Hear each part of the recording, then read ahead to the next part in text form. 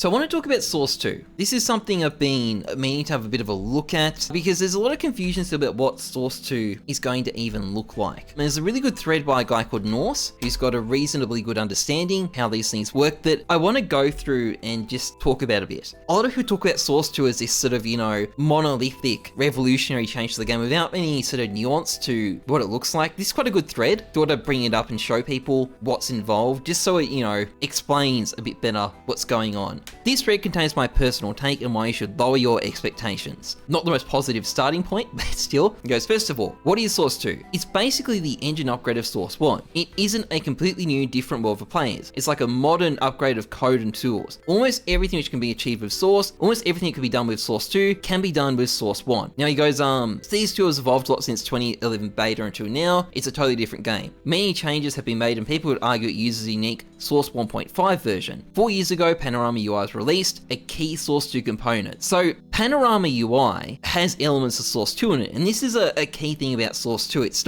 not one single thing. There are elements of Source 2 that can be brought into CSGO without bringing the entire thing in. So as it also goes, Valve works with Source 2 on every new project they've dropped in the last years, like Artifact, Dota Underlords, Half-Life Alyx, or Death Job, whatever that is. What Source 2 means for CSGO, that's the neat part. We don't know. It all depends on Valve's internal direction.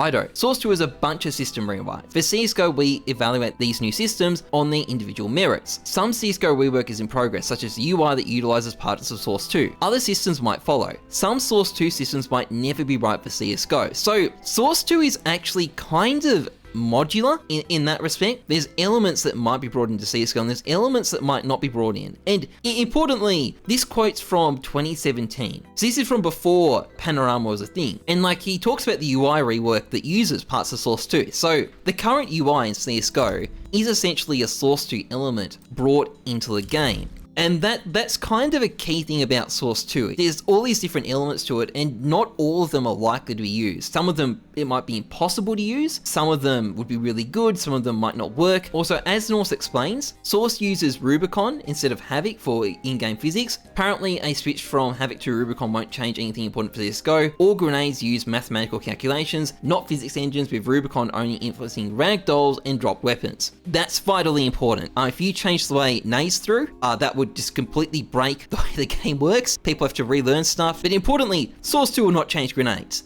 As you might imagine, that is very important. If Source 2 changed grenades, that would seriously f with the game. Not going to happen. 64-bit support instead of 32-bit. This was done in 2016 for Mac and Linux. They compiled CSGO for 64-bit, but only Linux and Mac because both of the OS run 64-bit programs better. It was almost a necessary step. I think what he means is it needed to happen, but they've never done it on Windows because they haven't needed to. They don't do it on Windows because in the end it doesn't matter much. 32-bit game runs fine on 64 and change to 64 wouldn't give much of an advantage since neither the game or engine are optimized to take advantage of 64-bit. So in its current state, moving to 64-bit won't help CSGO much. That's why they won't do it. It's a fair reason not to do it. It would be a waste of time. 32-bit runs good on 64-bit systems, but 64-bit program will not run as good on a 32-bit system. Remember, this happened years ago, so a small percentage of users were still running 32-bit systems that couldn't run 64-bit properly. That percentage is almost now non-existent. Long story short, the reason CSGO is 32-bit is that in the past, some people were actually running the game on 32-bit systems. Very long time ago, no one uses those now. So it's kind of a legacy thing, but as he says, it doesn't really matter too much. So Valve delayed, and here we are now in 2022 with 32-bit. Of course, an upgrade for 64-bit in Windows isn't an easy click. Compatibilities and bugs will appear, and probably a beta would need to be made for it, so the reward for many problems. So that's why we're still on 32-bit on Windows. CSGO doesn't need it. If they did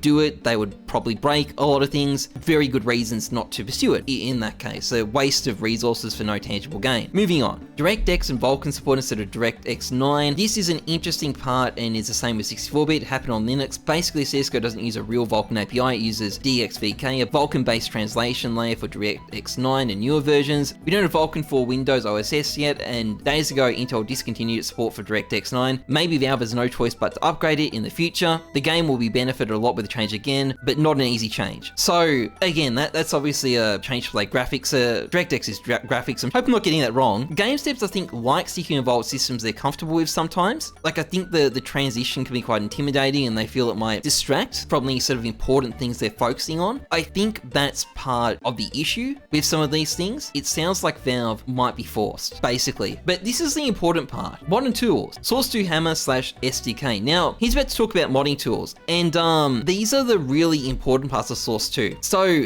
what a lot of people don't realize about Source 2 is that the real big change is actually in the modding tool. CSGO's current design tools, not very good. I don't use them, but everything I've heard about them says, it has indicated they're not very good. So as he says, this is for sure the best upgrade to a game like CSGO could receive with Source 2. It makes things better for developers and designers to create content around the game. When people ask for CSGO, they normally don't do it for the hammer. Lower latency, more responsive input, improved audio and voice processing, Panorama UI, these Source 2 components being implemented on CSGO around the years. So there's elements of Source 2 in CSGO already. As I said, it's modular. The big one we're missing at the moment is the hammer SDK self-development kit. That's the big change. And like, modding tools are very, very important. Like, communities with good modding capability do really well. Like, think about Skyrim, for example, or even more importantly, Minecraft. The success of Minecraft in many respects comes from its like moddability. And obviously this is something CSGO has. There's a lot of custom-made community content, but having very good tools is quite important in that respect. An upgrade to this tool would be probably the most important thing Source 2 might add. Anyway, Norse goes on. So why people is hyped with Source 2? Valve acts in their special way. Their communication always opens up for rumors, which creates a mystic aura around the game's development, which causes false expectations. Source 2 doesn't fix all the bugs. Source 2 doesn't mean an instant graphic upgrade. Source 2 has nothing to do with 128 tick or anti-cheat. Source 2 isn't what you see when it's talked about with CSGO. So for example, like, people make screenshots like this of like the Source 2 graphics upgrade, but it's not going to look like this. It's not likely to anytime soon, mate.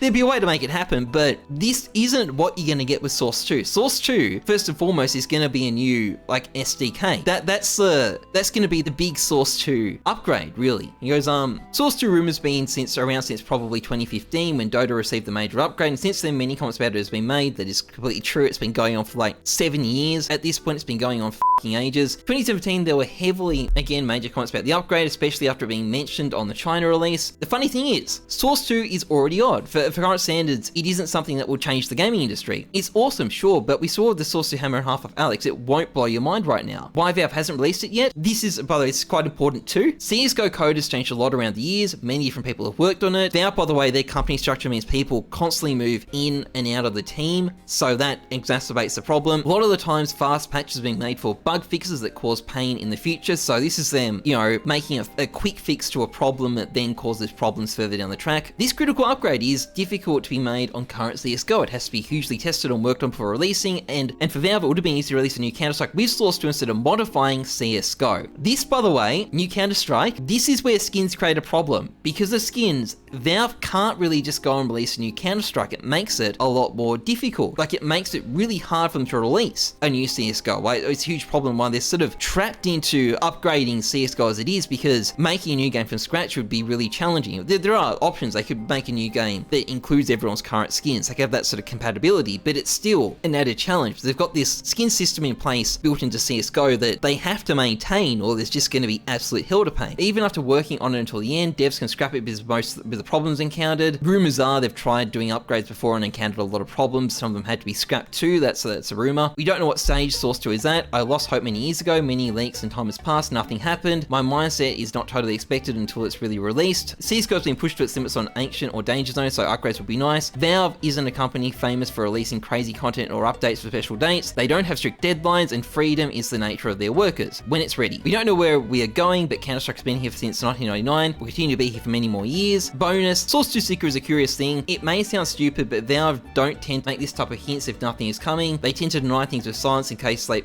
in this case, they fired up the community. Let's see. Now, you could interpret this differently. You could argue maybe this sticker's mocking people people who think Source 2 is coming, but who knows, who knows. The point I want to make looking at this thread, the big upgrade that Source 2 would bring would be the modding tools. Otherwise, it's quite modular. There are improvements, but many of them would be quite difficult to implement, and it's probably the reason why they haven't implemented them, and some elements of it are currently in CSGO already. That's something I think people forget. Like, the UI uses Source 2 at the moment. Improved audio and voice processing, lower latency and more responsive input. There's already Source 2 elements in CSGO. And it's unlikely to be one big update. It's much more likely that we'll see elements implemented, a big overhaul. It's much more difficult to do, and Valve have the option of just implementing smaller elements of Source 2 to make it work better. And like something like this, better modding tools, that would be like really, really good. I hope they do that, because I think CSGO, like the more community made content, the better. I think CSGO would benefit from it a lot. But Source 2, you know, it's not quite the revolution people